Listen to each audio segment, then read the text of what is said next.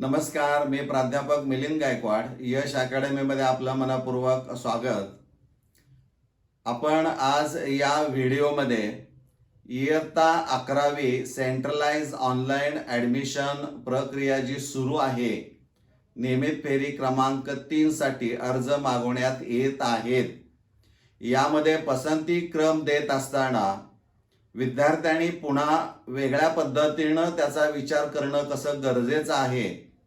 म्हणजे विशेष करून जे विज्ञान शाखेचे विद्यार्थी असणारे आहेत त्यांच्या बाबतीमध्ये मात्र आवर्जून काही गोष्टी मी सांगणार आहे.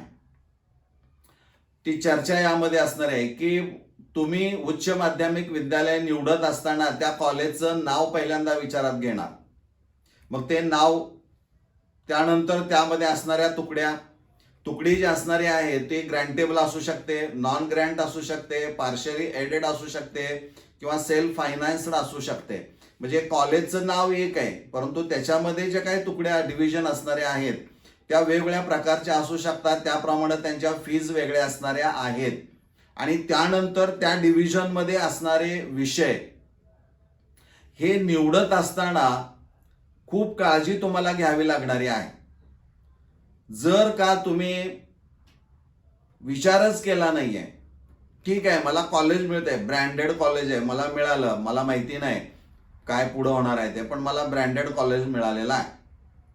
आणि मग तुम्ही तिथं जर प्रवेश घेतला आणि ज्यावेळी तुम्ही 11वीचा निकाल लागल्यानंतर ज्यावेळी 12वीचा विचार करता त्यावेळेस तुमच्या लक्षामध्ये येतं की अरे बापरे, इथं मला अपेक्षित असणारे काही विषय नाही आहेत की जो मी विचार करत होतो की मी 11वी नंतर 12वीला जाताना हे विषय सोडून मला हे विषय घेणं शक्य किंवा ते मी विषय निवडणार आहे.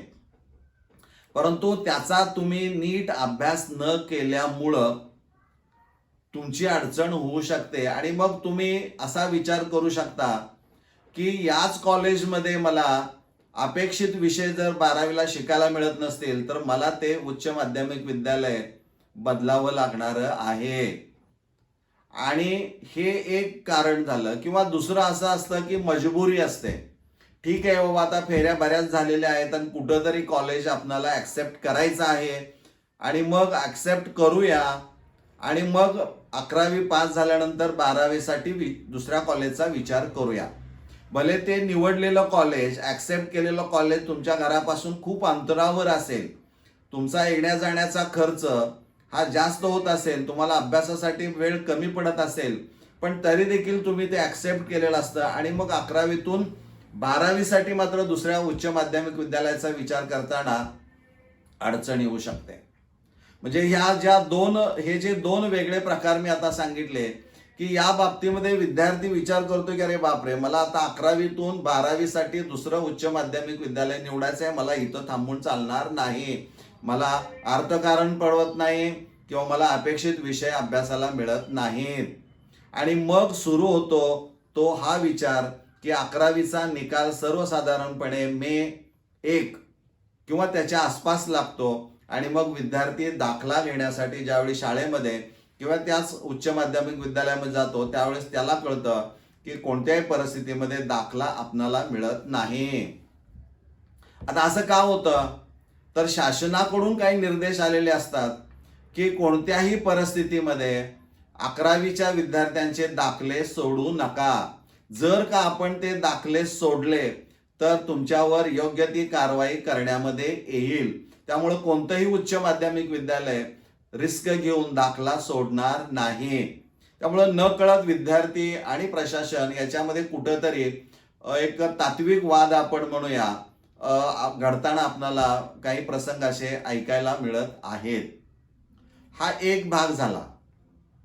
दुसरं, शासनाने असं सांगितलं की या विद्यार्थ्यांचे दाखले सोडू नका, कारण या वर्षापासून असे जे काही विद्यार्थी असणारे आहेत की ज्यांना शाखा बदलायची आहे, ज्यांना विषय काही बदलून हवे असतील किंवा वडिलांची बदली झालेली आहे किंवा आजारपण असं आहे की त्याला घराशेजारच्याच कॉलेजमध्ये कुठंतरी शिक्षण घ्यावं लागतं, येणं जाणं येऊन जाऊन करून ते परवडत नाही, किंवा विवाहित 11वीत मुलगी आहे आणि तिला 12वीमध्ये प्रवेश घ्यायचा आहे, परंतु सासर दुसरीकडे असल्यामुळं तिथं तिला जावं लागणार, त्यामुळं अशा परिस्थितीमध्ये तिला किंवा कॉलेज बदलावं लागणार आहे, किंवा एका बोर्डातून दुसऱ्या बोर्डामध्ये किंवा एका जिल्ह्यामधून दुसऱ्या जिल्ह्यामध्ये असे जे काही बदल मुलांना अपेक्षित असणारे आहेत, किंवा या अपवादात्मक परिस्थितीतून काही बदल अपेक्षित आहेत, ते बदल करण्याचे गाईडलाईन आहेत.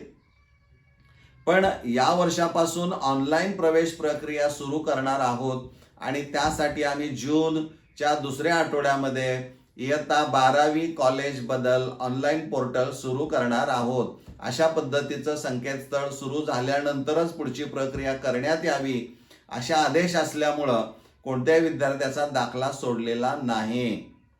आणि आज 20 जून साधारणपणे आता जवळजवळ येतोय, म्हणजे 1.5 महिन्यापेक्षा जास्त कालावधी झालेला आहे. आज ही 12वी कॉलेज बदल ऑनलाईन पोर्टलच्या अनुषंगानं कुठंही सूचना नाहीत. एवढंच ऐकायला मिळतंय की आम्ही ऑनलाईन प्रक्रिया सुरू करणार आहोत, लवकरच सुरू होईल, थोडं थांबा. या पलीकडं काही नाही.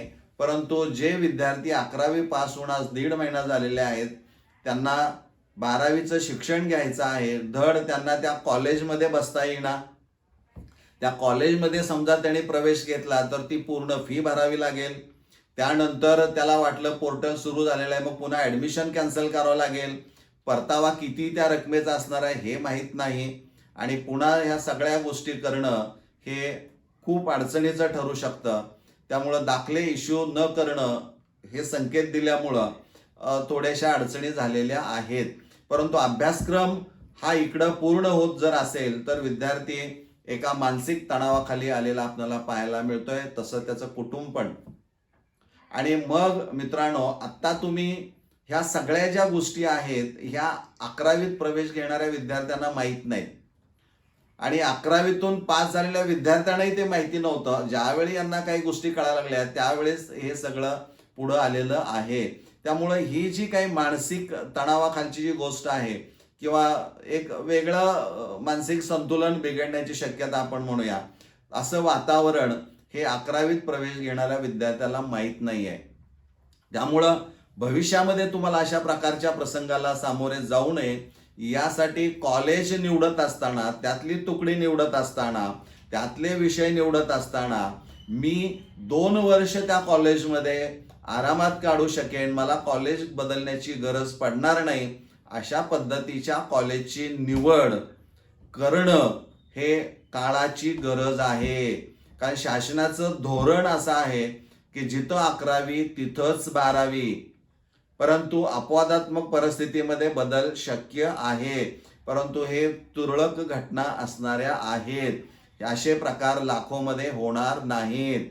त्यामुळं विद्यार्थी मित्रांनो, एक मनामध्ये 11वीत प्रवेश घेत असताना खून गाठ बांधा की मी 2 वर्ष याच कॉलेजमध्ये काढीन, मला पुन्हा ऑनलाईन कॉलेज 12वीसाठी बदलण्याची मला गरज पडणार नाही. अशा पद्धतीच्या कॉलेजची निवड तुम्हाला करणं गरजेचं आहे. आणि हे जर तुम्ही काही करू शकला नाही, याकडं जर तुम्ही दुर्लक्ष केलं, तर मग मात्र आज जी आमची मुलं 11वी पास होऊन फेस करत आहेत 12वीसाठी प्रवेश घेण्यासाठी, तीच अवस्था तुमची पण असणारी आहे, वेगळी असणार नाही. त्यामुळं पुन्हा एरं माझ्या मागल्या असं म्हणण्यापेक्षा पहिल्याला ठेच दुसरा पाठीमागचा शहाणा असं म्हटलं जातं, तर त्या पद्धतीनं तुम्हाला ते शहाणपण यावं, तुम्ही पुन्हा चूक करू नये या दृष्टिकोनातून हा व्हिडिओ तुमच्यासाठी काढलेला आहे. त्यामुळं वेळ आपणाला आहे. 20 जून 2026 सायंकाळी 6 वाजेपर्यंत तुम्ही ऑनलाईन पद्धतीनं तुम्ही अर्ज भरू शकता. अर्ज भाग 1 आणि 2 दुसरा महत्त्वाचा आहे, ते दोन्ही लॉक करायला विसरू नका. त्यामुळं ह्या सगळ्या गोष्टी मुद्दाम यातले बारकावे विद्यार्थी आणि पालकांच्या समोर मांडतोय की भविष्यामध्ये येणारे जे काही अडचणी असणारे आहेत त्यात येऊ नयेत. आणि म्हणून आत्ता आपण जर सावध राहिलो, आत्ता आपण जर काळजी घेतली, तर भविष्यामध्ये कोणतीही अडचण येणार नाही. शासनाची धोरणं दरवर्षी वेगळ्या पद्धतीनं बदलताना दिसत आहेत. त्यामुळं आपण त्या धोरणाचा बळी पडायचं की नाही हे आपण ठरवायचं आहे. त्यामुळं खूप विचार करून विद्यार्थी आणि पालकांनी एकत्र बसून ऑनलाईन वर्क करून कॉलेज पसंती क्रम द्या, म्हणजे अडचणीपासून आपण मुक्त होऊ.